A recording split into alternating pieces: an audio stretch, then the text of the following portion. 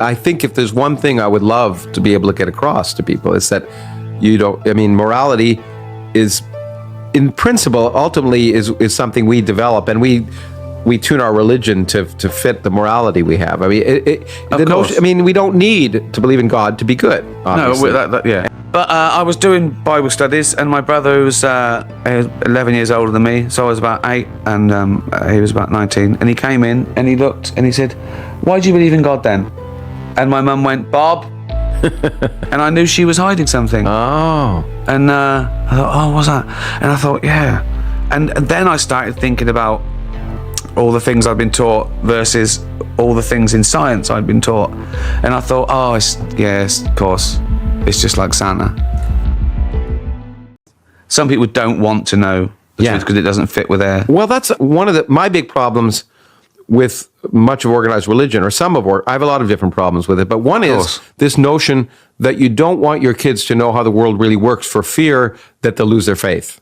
We don't want to teach them. We don't want them to learn anything because they might change their faith. But then there's another level of why as well, because they think that losing their faith is equated with badness. Yeah. So, and some people genuinely believe that you won't go to heaven if you don't believe. So they think they're doing a good thing. Yeah, I'm saving my child from hell. Yeah. Well, I think when people do. Most of the times when people do bad things, they're actually thinking they're doing a good thing. They have a rationalization for it. I mean, extreme is the parents who don't let their kids get blood transfusions for religion. I mean, they're not trying to kill their kids. They think they're doing the right thing. And that's the problem, I mean, that's one of my favorite forms of evolution, people who refuse. Yeah. Natural selection. The Darwin Awards. Yeah, exactly. As long as they refuse. Not for their kids, obviously. That's the shame, that that is child abuse. Well, we want them to refuse before they have kids. Well, exactly. We want them to refuse for themselves as an adult. Yeah, we want to make sure they don't reproduce. But that's part of the problem. I've talked to someone else we've talked to, Noam Chomsky, and he used to say that with me that he didn't care what people believe; it's what they do that matters. But the problem is what you believe affects what you do. So when you have these crazy beliefs, like I'm doing you a favor by not allowing you to have a transfusion, I ultimately do silly things. And so that's the reason, it seems to me that's the reason to be grounded in reality at some level, because you don't do silly things. Of course, yeah. But he's right as well. If people just believe silly things, it's not a problem.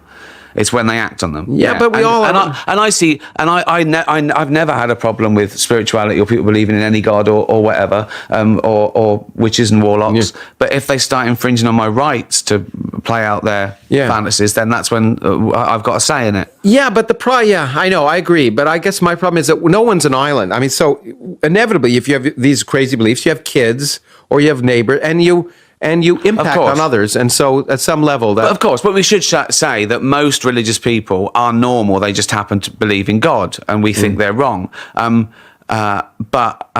often said if nice religious people, normal religious people...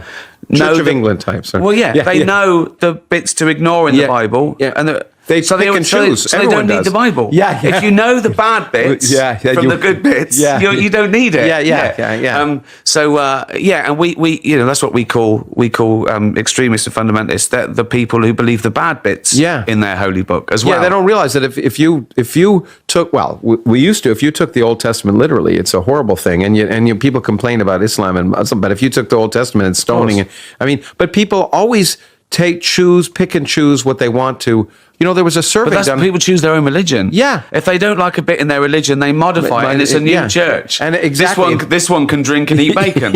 That's my religion. Yeah. This is my religion. Yeah, exactly. Also, not so much nowadays, but there's modern sects popping up all over.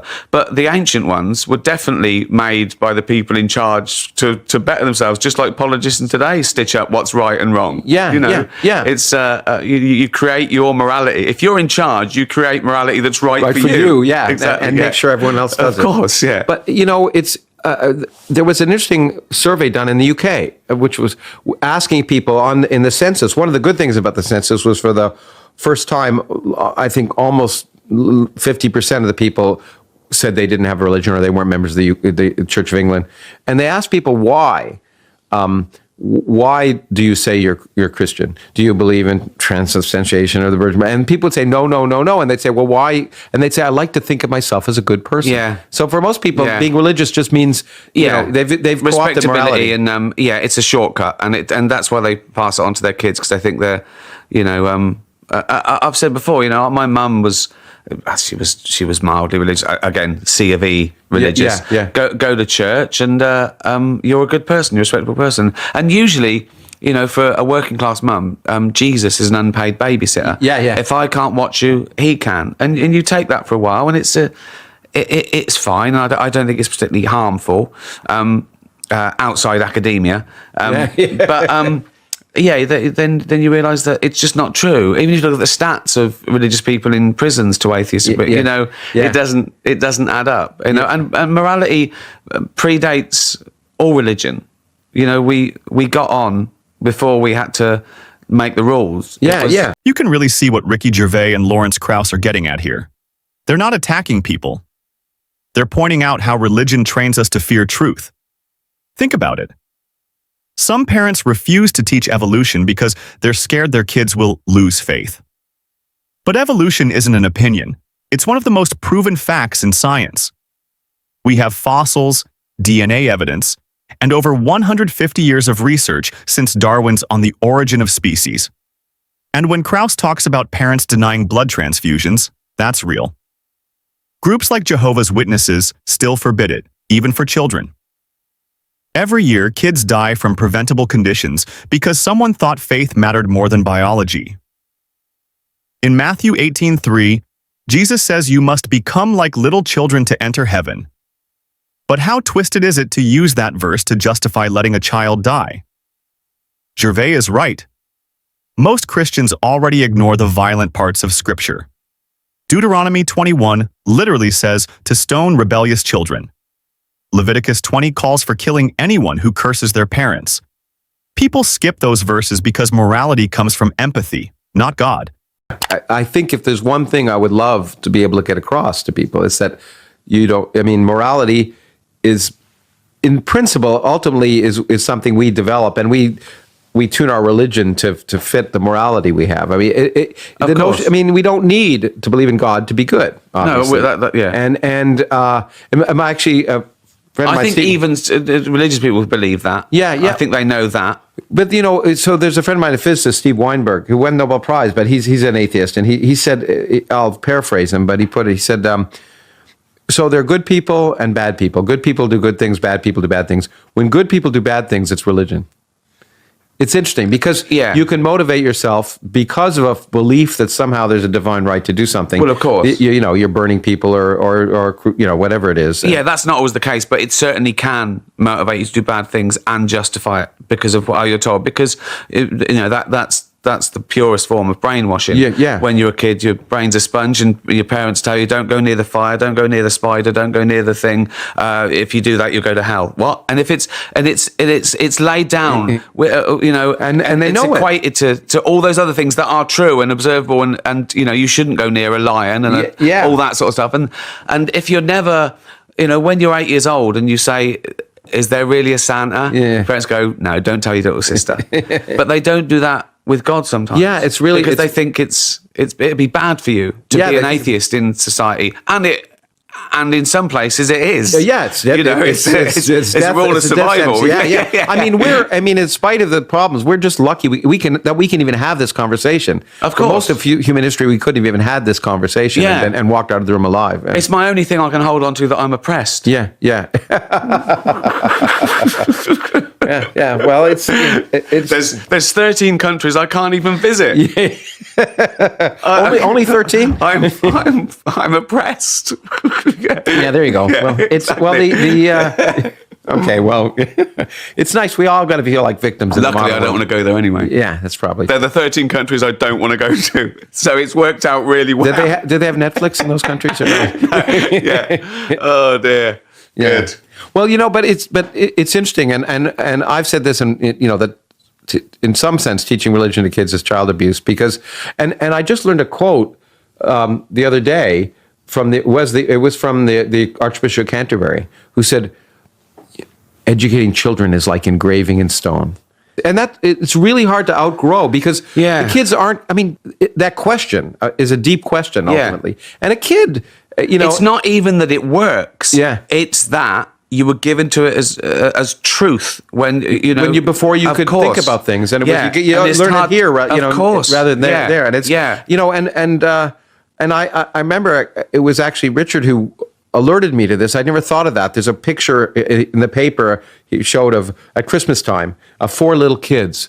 And it's really sweet. It says a Muslim kid and a Jewish kid and a Catholic kid and a Protestant kid, and they're all playing together. And you say, hold on a second.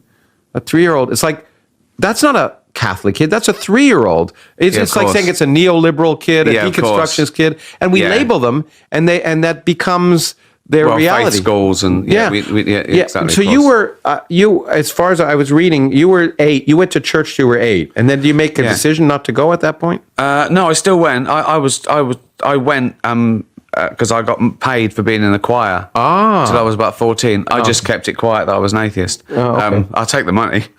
Sure, absolutely. I'm not an idiot. But atheists got to earn. Yeah. That's right. Atheists have to eat like everybody else. Exactly. Yeah. No, and I remember the moment as well. I believed in God just because I thought everyone did, and that was it. Yeah, sure. Me too. And everyone around me said things like, "It was on the telly everywhere. It was God. Of course, there was a God. It made it all brilliant." Right? I was still I knew about evolution and all those things. And I just thought he just started it. He did it. Fine. Yeah, sure. There was no real. There was no cognitive dissonance. No, exactly. Yeah. So and I think I liked Jesus more, because he was a bit of a superhero. I liked him because he was kind and he he could walk on water and he did things. He helped people. I thought it's cool. Yeah. Cool. In fact, I liked him more. I liked his human half more than his God half. I don't know the rules, so I don't want to offend anyone. Yeah. You don't? No. But I was doing Bible studies, and my brother was 11 years older than me, so I was about 8, and he was about 19. And he came in, and he looked, and he said, "Why do you believe in God then?" And my mum went, "Bob," and I knew she was hiding something. Oh. And I thought, what's that?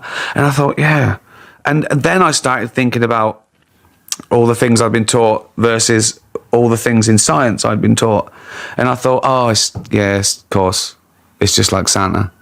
Yeah, I mean, so you had the moment. For me, it was just kind of a, I'd like to believe, and I want, and then I just started. The story started seem a little wilder and wilder, and it was like Santa. Eventually, it just seemed like it was unlikely to be true. It wasn't a cathartic moment. It wasn't an epiphany for me. It was just sort of a no. But you had an older brother that had that influence. Yeah. So he did your mom? Was your mom?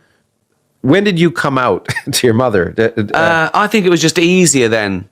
I don't think I did. I didn't particularly talk about it because it just wasn't talked about. It wasn't a big deal. Yeah. You went to church because it was the centre of the community. I was a cultural Jew, and my mum the same. It's the same thing. Exactly. Yeah. It's not. It's everyone's a bit lax. It's everyone I know had to find a church to get married in. Yeah. Because they hadn't. I'd like to say that my search for religion ended when I found someone who would marry us. Yeah. And my wife was Catholic. It wasn't religion. Yeah. It was a club. Yeah. It was like a club that you had to get through to get married and out of a christening, and it was a social occasion. It wasn't. No one really thought. I mean, some people did, but. What I love about this part is how clearly Krauss and Gervais show that morality and belief aren't the same thing. Krauss mentions physicist Steven Weinberg's quote, "Good people do good things, bad people do bad things. But for good people to do bad things, that takes religion." History proves that. The Crusades, the Inquisition, witch trials, all acts done by people who truly believed they were serving God. Exodus 22:18 literally commands, "Thou shalt not suffer a witch to live." That one verse justified centuries of torture and murder. And Gervais is right, belief gets planted early. Telling a child they'll burn in hell for asking questions isn't love. It's psychological conditioning. Studies from Oxford and the Pew Research Center show that children raised without religion tend to score higher in moral reasoning and empathy tests because they learn ethics through cause and effect, not fear and reward. When Gervais recalls realizing that God was like Santa, that moment matters. It's the same realization billions of people have when they finally start thinking for themselves. Religion works by inheritance, not by evidence. But truth doesn't need inheritance. It just needs curiosity.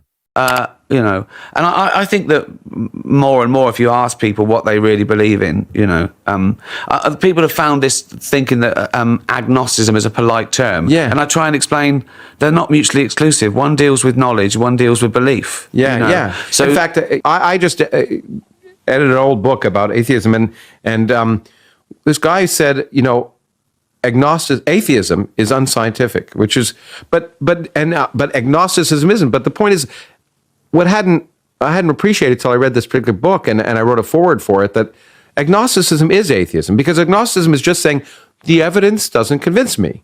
I don't know. I don't know. I'm not. It's not sufficient to make me believe. I don't believe. Yeah, and then that's a form of atheism. And faith people saying I don't know, but I believe anyway. Yeah. Okay, yeah. And I think the mistake comes when people say that atheism is unscientific, is because they think atheism means I know there's no God. Yeah, exactly. As opposed to I don't believe in any of your gods so far. Yeah. But convince me. I get tweets, if they proved God existed, would you believe then? I go, of course I would. Yeah. And it would be the greatest scientific discovery ever. Exactly. Everything else, forget everything else. Don't give the prize anymore. Don't give that's the one. That's it. It's done. Yeah, it's done. Right, Exactly.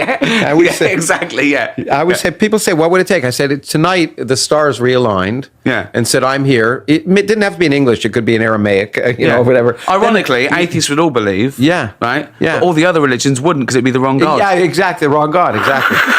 No. That's just, yeah, exactly. It's like NASA. We never landed on the moon. It's really fake. They did that just to do that.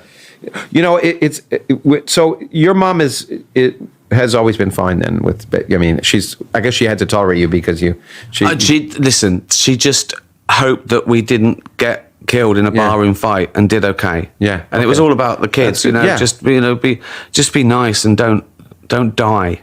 That was it. Be nice and don't die. That's a great thing. That was it. And so they use anything. Well, it worked on you. They use anything. Yeah. No. And I don't know if it's the same here, but there was a study done of about 2,000 adults of and atheists were just the word less trusted than anyone except for rapists. I think it was joint bottom with rapists in America, wasn't it? Yeah. It was and it was just sort of sad. It's that notion of that. It makes me laugh that they think atheism is extremism because you don't believe in any God. Whereas believe in one. Yeah, exactly. Choose one. Don't be an extremist. Yeah, I mean, you know what you. By the way, what you said in the Unbelievers, the things you said, I thought were the best things we got. But it was exactly that. As you said, it's just one extra God I don't believe in, as you point out. Exactly. I think it's. Well, we're born atheist. Exactly. We are. We're born atheists, and that's right. And unlike what my old friend Christopher Hitchens used to say about what he found so awful about at that time about religion was it said you're born ill, but you're commanded to be well, and that notion, whereas you actually didn't do anything wrong until you do it. You're not born having been. It's also a very worrying trait. Yeah. For someone to believe that babies aren't innocent. Yeah. That's a bit worrying, isn't it? Yeah, it's a bit sick. Yeah. It's really sick, and unfortunately, I think it's probably traumatic for many kids. My ex-wife was a Catholic, and I remember the first time she went to church, and they told her that her soul was like a lung, and it started out white, but you do all these, sins, and by the time you're that age when she was going to go to confirmation, it was black, and you had to do these things to try and. It was just traumatic. It's traumatic. Really scary. It's really scary. I'm happy about that part about having grown up Jewish. At least there wasn't that stuff. I just got told that, all these bad things happened, and we were. But the Old Testament isn't that the first form of Judaism? Isn't that? Yeah. That was, but it didn't. But there wasn't. No. Of course, no one. Yeah. The soul, hell, and those things. I never really heard about that when I was growing up. Yeah. So the New Testament was trying to make it less Jewish, but the irony is the Bible punishes that kind of curiosity. In Genesis 3, the moment Eve seeks knowledge, God calls it sin. Questioning is forbidden, yet every moral step forward, from Galileo proving the Earth isn't the center of the universe to Darwin explaining natural selection, came from questioning. And the contradiction runs deep. Christianity says God is love, 1 John 4:8, yet also commands, stone to death anyone who works on the Sabbath, Exodus 31:15.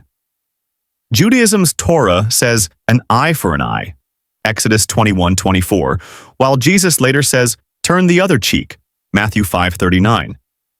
It's moral confusion dressed as divine truth. Yeah, for everyone else. Exactly, yeah. Yeah, all I got from the Old Testament is supposedly that, well, we're better than everyone else. Yeah. Well, Jesus in my church looked like Brad Pitt. Yeah, well, there you go. White, blue eyes, blonde hair. Yeah, blonde hair. Yeah. Really, there were a lot of those people in the Middle East. It wasn't Middle East. He wasn't Middle East. Yeah, exactly.